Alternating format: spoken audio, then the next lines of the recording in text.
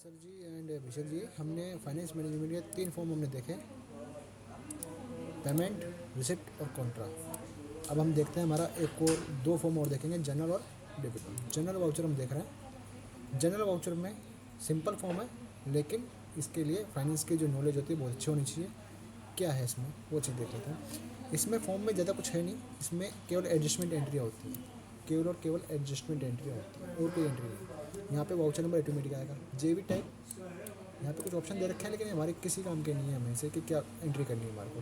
इसको इग्नोर करेंगे। यहाँ पे ऐसा कुछ भी नहीं है, हमें कोई एंट्री करनी है अगर इसमें तो वाउचर डेट, वाउचर नंबर, 2 चीज़ का तो ये ध्यान रखना है। नरेशन तो हर फॉर्म में देखते हुए हैं कि यहाँ पे रखना है। इसमें क्या ध्यान रखना है, इसमें ध्यान रखना है यहाँ पे प्रोजेक्ट का नाम, डेबिट लेजर और क्रेडिट लेजर। अगर मेरे को एक प्रोजेक्ट को यहाँ पे मैंने नाम लिखा, यहाँ पे मैंने एक प्रोजेक्ट लिखा राजनांदगांव।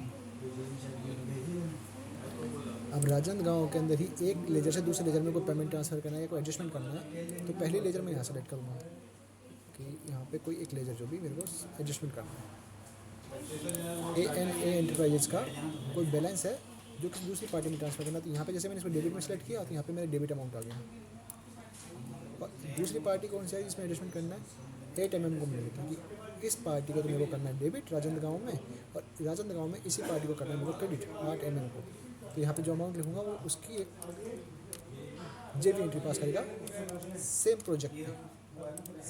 प्रोजेक्ट पे एक जेवी एंट्री पास कर दी मैंने यहाँ पे।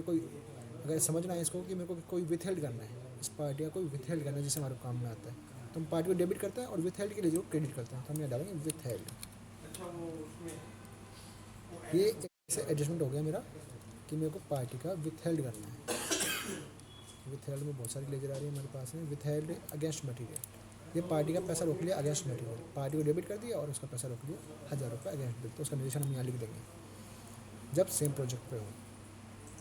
लेकिन जब अलग अलग प्रोजेक्ट होंगे तो हम क्या करेंगे, कुछ नहीं करना है, यहाँ पे एक प्लस करना है मेरे को और दूसरा प्रोजेक्ट हम यहाँ लिखेंगे।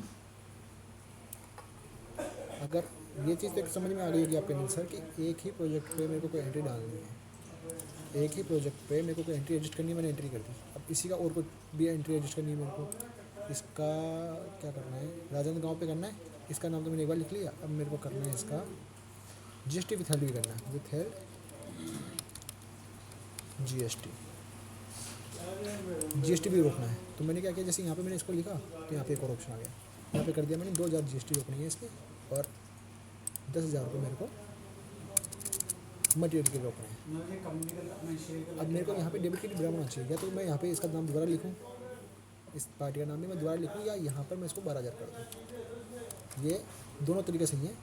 अगर मैं यहाँ पे 12,000 लिख करके इसकी एंट्री करता हूँ तो भी सही है, और अगर मैं इसका नाम दोबारा कॉपी करता हूँ यहाँ पे,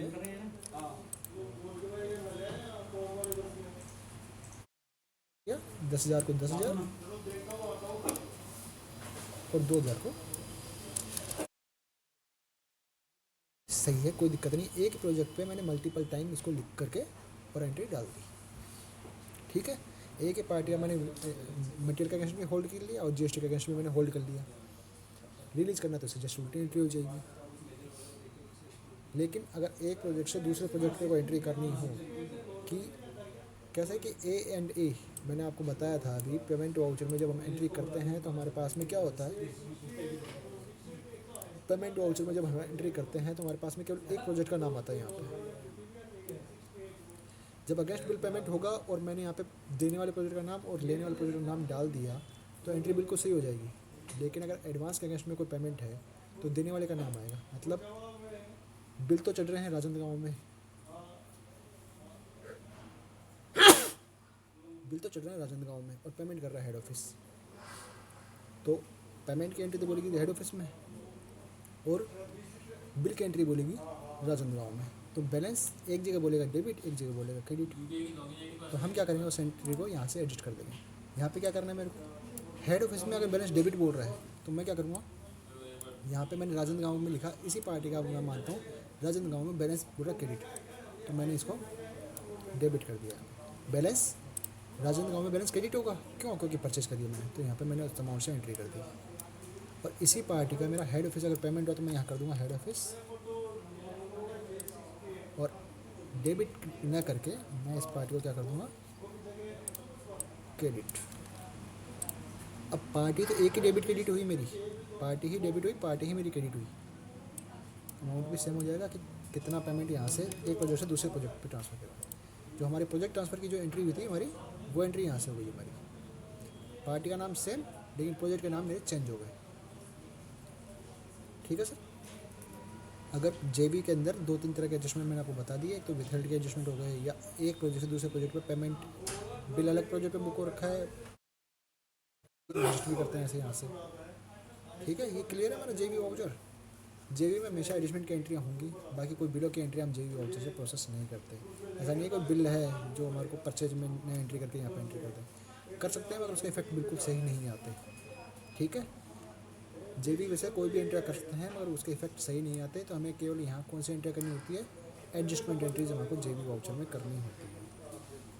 नरेशन लिखना है, सेव करना है, इसका जो फ्लो चलेगा वो पूरा करना है हमारे को। ठीक है नहीं सर, क्लियर ही है?